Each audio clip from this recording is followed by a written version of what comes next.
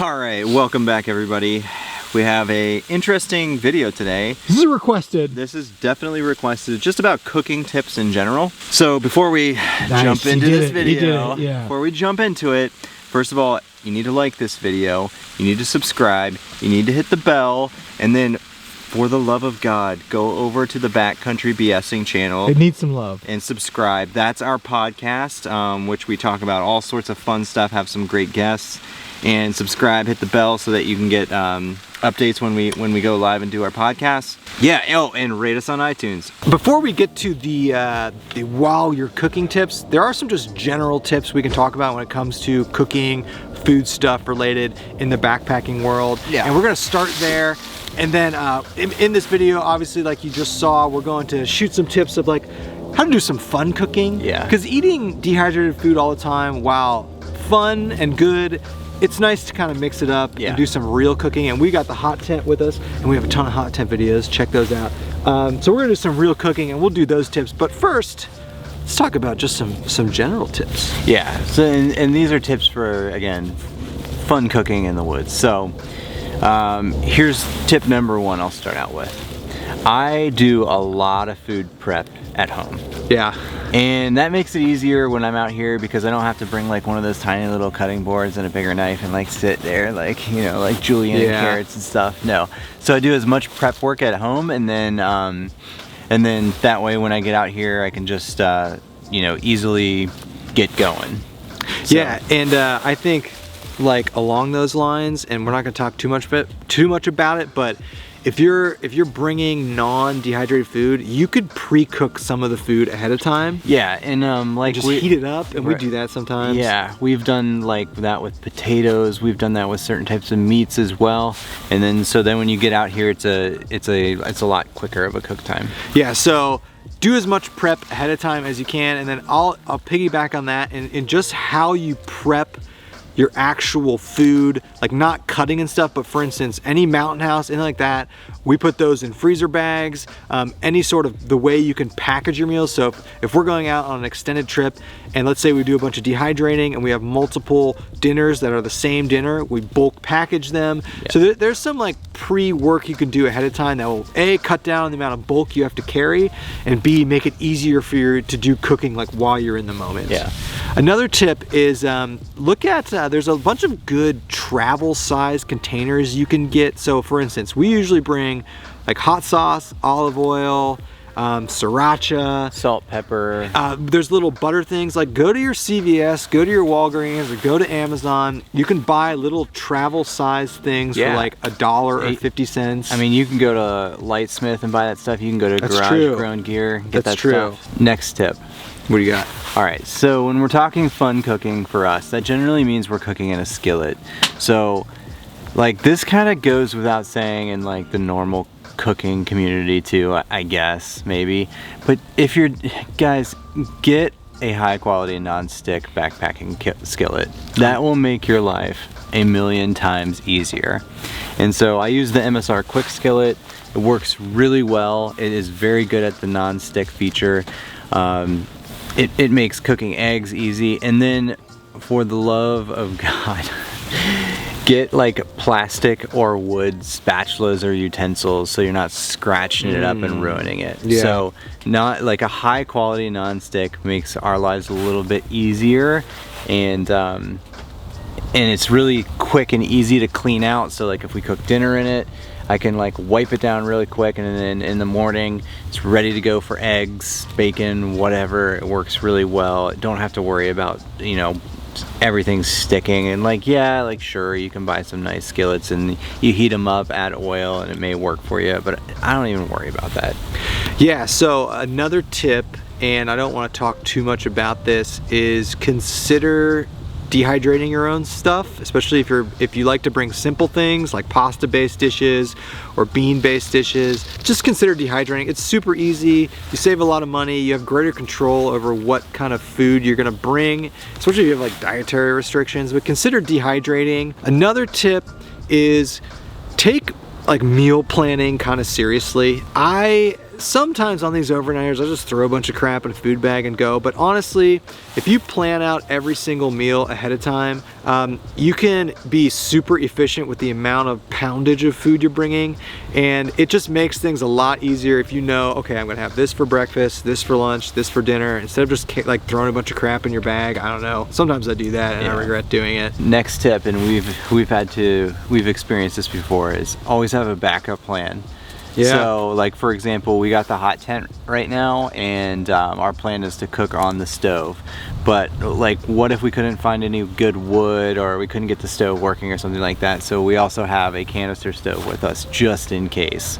But we have had times where we'll go out in the woods and we'll be like, we're gonna get this great campfire going with these coals. And yeah, that screwed us. Yeah. And so have a backup plan. Yeah. Another tip is if you are just going out there and just boiling water, you know, kind of the opposite of what we're doing. If you are just boiling water, probably use an alcohol stove. I don't know if you need an adjustable flame for something like that, and it'll be cheaper and lighter. Now it depends on that, like in the winter, alcohol stoves kind of suck, but I would say if you just need to boil water, and use an alcohol stove.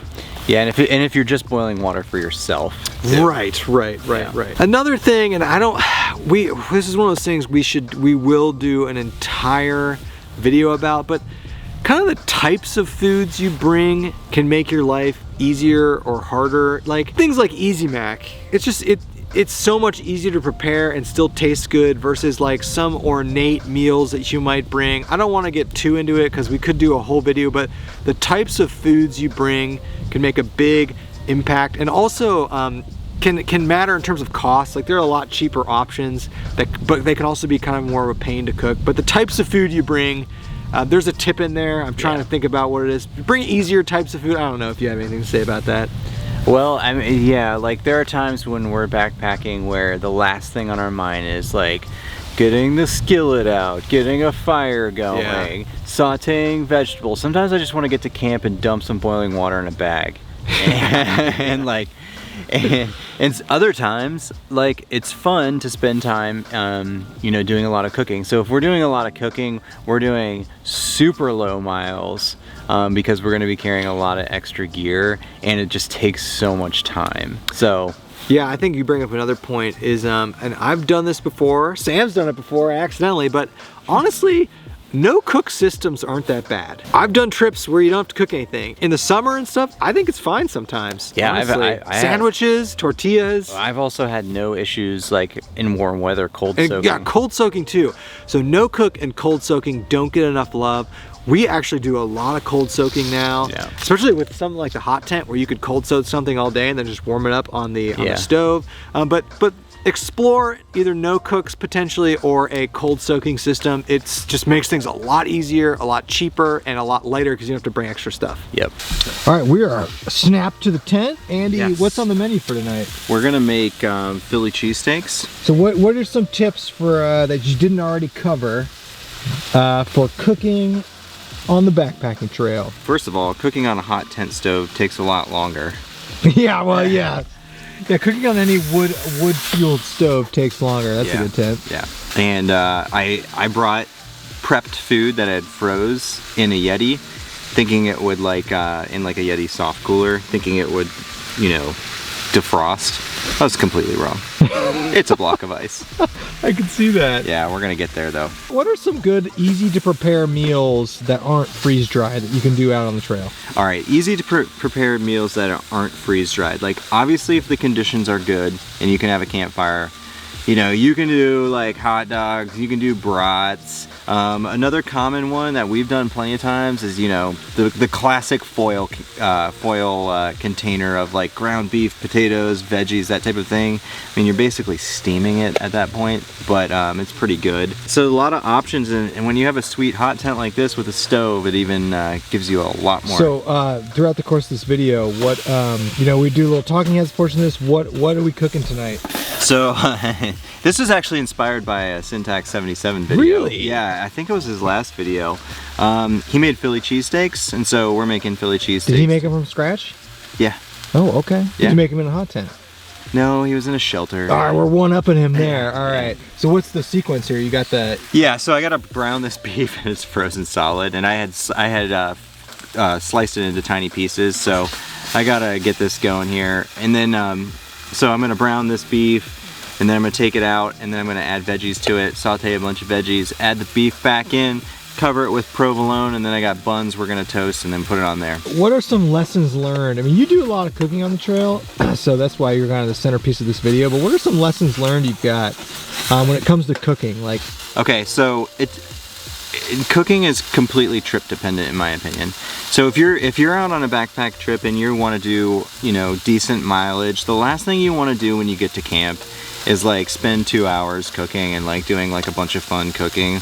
In my opinion, at that point, I just want to boil water and put it in a bag and eat. So if you're gonna do a lot of fun cooking, you're gonna have to carry a little bit more weight. So just make sure you're prepared with like how you want to handle that with whatever trip you're doing, because it's gonna take a while and you're gonna have to carry more weight. Oh, so let's say we got someone that just wants to keep it as easy as possible. So obviously nothing like this. Yeah. What would you recommend, like in terms of a setup and meals to get that are like the easiest and the best to do for someone starting out? So let's say someone's going backpacking, they want to have a good cooking experience, but they don't want, you know, obviously don't want to cook food. Like in terms of the setup and what meals to get, what would you recommend? Well, I mean, it depends on if you want to do like a mountain house or like a classic freeze-dried or dehydrated meal. I like, you know, we always praise like mountain house and other dehydrated meals. They're delicious, they're easy, and they're like filling and savory, and so we really like those. If you're getting into backpacking and you know, you got to experience mountain house. You do. Is that your favorite dehydrated food vendor? It was. Putting them on the spot. It's changing. Yeah. You could do worse. Yeah. It's definitely up there just because of their selection right now. But I'll tell you what, like over the last few years, there's the amount of vendors that are popping up doing their own freeze-dried meals, like cottage vendors doing meals is fantastic. And so there's a lot of good stuff out there. Any recommendations? We love Mountain House. We love Packet Gourmet. Nutrient Foods? Of course. They need some love? Yes, Nutrient Foods. We absolutely love Nutrient Foods. And we just ate some Right on Trek stuff the other night. That was delicious as well. So a lot of good options out there. Everybody raves about Peak Refuel. Sam comes on our trips a lot. Sam, give me a tip. We got a new person backpacking. They don't know what to do about food. What are you telling them to do? Tuna, crackers. Well, it depends on the meal. All right, well, so if you're doing a lunch, so I'm always conflicted about lunch. I can never feel like, you know, what's a good lunch. So Andy has a good point. Tuna or something just in a packet on a cracker. You know, tuna or chicken, tuna salad, cheese, meat. Keep it simple. Put something in a tortilla. I don't know, you know, you guys, you know, like to cold soak stuff. That works too. You've never cold soaked, have you? I've never tried cold soaking just because I don't know. I just haven't. No desire to. I have no desire, but it's not like I have anything against it, so another way to do it. How is the Philly cheesesteak coming? Oh my, it's coming along. Yeah. And we're gonna cover it with cheese and toast buns on the stove. It's gonna be excellent. So obviously, you know, I'm not talking about making cool meals, but what are some easy, cheap meals people can make that don't require cooking? So that's a great question, and first of all I want to steer everybody to our #1 video, which is cheap backpacking foods. Yeah. But I mean, like, you know, you can get Easy Mac, you can get, you know, so many different types of noodles and instant rices. Ramen bombs? You can do ramen bombs, which is instant mashed potatoes and ramen. You know, you can buy tuna packets, you can buy chicken packets and add them to things.